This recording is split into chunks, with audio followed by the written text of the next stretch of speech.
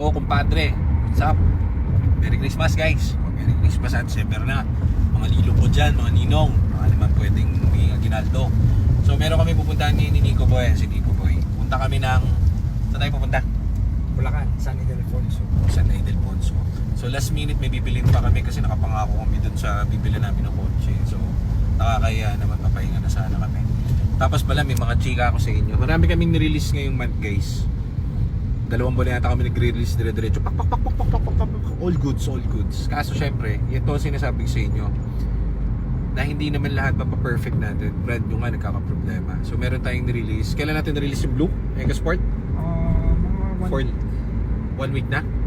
4 to 5 days. Mga 4 to 5 days ago may nirelease kami. Hindi ko pa nga na-upload kasi birthday ko nung guys, nung December 21 eh. Kahapon nangyari ang malagim na trahedya. Ay, hindi naman trahedya pala. Ano pala yun? Nag-overheat. So, dito kasi guys, so, kita nyo. Ako, tapat naman ako sa inyo. Hindi lang pwedeng positive vibes yung chinichika ko sa inyo. Meron ding negative. Kalukuhan nyo na puro positive ka lang. Pag maraming titinda, puro positive lang. Kasi sa akin, lahat kompleto. So, ito, ang tirada natin. May mga gantong cases talaga. Inaantay ko to and well prepared ako rito sa ganito. Nag-overheat yung sasakyan na nirelease namin nung kailan release? 1 week ago. EcoSport na blue. Kay sir, ang pangalan sir? Sir Angel ba? taga Mandaluyong. O, taga Mandaluyong. So, magandang EcoSport yun. Kaso, sa di inaasahang pagkakataon, natanggal yung niya, yung heater hose. Yung hose lang ng parang hose ng radiator. So, pangalawang beses na namin matanggalin ng ganun. So, kasi yan wala siyang fix na ganun. Talaga nakakalamplang siya doon. Tapos, yun lang yung nagkakabit. Parang tubo ng radiator, natanggal. Kaso syempre, yung may-ari, hindi naman ganun kakabilo niya lang hindi naman niya kabisado agad yung kotse niya. So, nung natanggal, nagbawas ng tubig, tinakbo nila, nag-overheat. So, syempre, walang tubig ganun talaga ang kotse, pag walang tubig, mag-overheat. So, engine and tranny, pag nire-release natin walang problem. Kaso, may mga cases talaga guys, na wala kang magagawa, wala naman may kagustuhan, hindi nila gusto, hindi ko rin gusto, pero walang problema. Bakit? Sagot ko yun walang problema dun. Sagot natin yun, di ba? Oo naman. O di, Ay, bahala. imbis na isipin mo kung nabili ni sir yung kotse niya sa labas, goodbye, overhaul ka matindi, patay ka. So yun naman parang candy na lang sa amin. So sa kunwari 20 ibebenta na 20 na i-release namin ng kotse, may isa dyan lagi. Kung ano man yun, kailangan well prepared tayo. Ano yung well prepared natin? Lahat ng parts dito na kompleto na namin ano pa ikakatakot namin dun. So kung kailangan nyo i-overhaul, di overhaul namin libre. Di wala kang babayaran sir. Di safety yung pera nung bumili, di ba? So yan yung dapat. So ready ako para doon kasi again, may leeway na ako para doon. So inaabangan ko yan. Hindi naman pwedeng magre-release ka na magre-release. Lagi mong birthday, lahat perfect. Kalokohan yun, walang ganun. So dito, pati yung supply natin, iba-vlog natin kasi importante yan.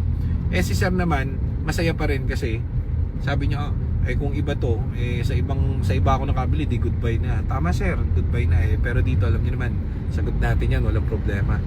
Pero masaklap talaga yun kasi pag natanggalan ka ng heater hose, hindi mo naman malalaman agad kung kung natanggal na yung hose na yun yun yung nagsusupply nun dun sa tubig, nagsisirculate yung tubig dun. So kadalasan pangalawang beses na namin, isa natin yung charcoal na di ba kay sir pangalan nun? Sir Alberto. Shoutout kay Sir Alberto. Ngayon okay na yung kotse niya, gamit niya araw-araw, walang problema. So may mga cases lang naman ganun, chances lang naman siya. Hindi naman siya yung daily, everyday na matatanggal yun, hindi naman ganun. Nagkakataon lang yun, siguro naalog, nakalampag, nalubak, o depende. So wala namang may extra yun. So at least yung binilan niya well prepared kasi wala kaming wala nang usap-usap. Nag-overheat, sagot ko, balik mo rito sir, di pinirang mo service, sir, hintayin nyo, kami na bahala, overhaul ko itong buong engine ng EcoSport natin. So wait nyo lang. So ayan, yun lang naman. Tapos may bibiling kami dito. Ay, yun pala, bumili kayo sa kaya kayong tindigan kayo bibili dun sa sa goodbye. Dito kahit na kita mo gamit na nila sir, di ba? Ni-release dito, maandar, walang problema. Nagkaroon ng aberya. Wala ganun talaga, ganun ang kotse. So importante doon, sasagutin natin at titindigan natin. Hindi mo lang gagastusin yung kliyente, sulit ang bayad niya. Ganun dapat pagka magbabayad sale kayo. Kasi kapag binenta mo lang yan, tapos bahala ka na sa buhay mo, hindi nagbenta ka lang nan, walang sense, hindi mo alam yung produkto mo. Yan, kaya-kaya namin tanggapin at wala tayong pag-uusapan. Kasi Every parts yan, every bit niya, kabisado na namin. Meron tayong stock lahat dito. Ibabalik na lang namin sa original ulit. So anyways, sisiguraduhin natin yung susunod, yung take 2 natin hindi na magkakaganyan yan. So may supply tayong isang beses, okay lang yan, no excuses. So try na lang natin. So ngayon may pupuntahan tayo sa Bulacan. Di tayo sa Bulacan ngayon kasi may nakapangako na naman tayo sa isang bebenta ng kotse. Magbebenta ng kotse, ano ba tawag dito? Nakapangako kami ngayon kukuhanin So tinakbo pa rin namin. Pero ngayon 4 ang release pala natin sa shop. Kay Sir Von, kay Sir George. Tapos yung export na New Look, no? Tapos ano pa ba? Isa pa yung manual. Yung manual na pula.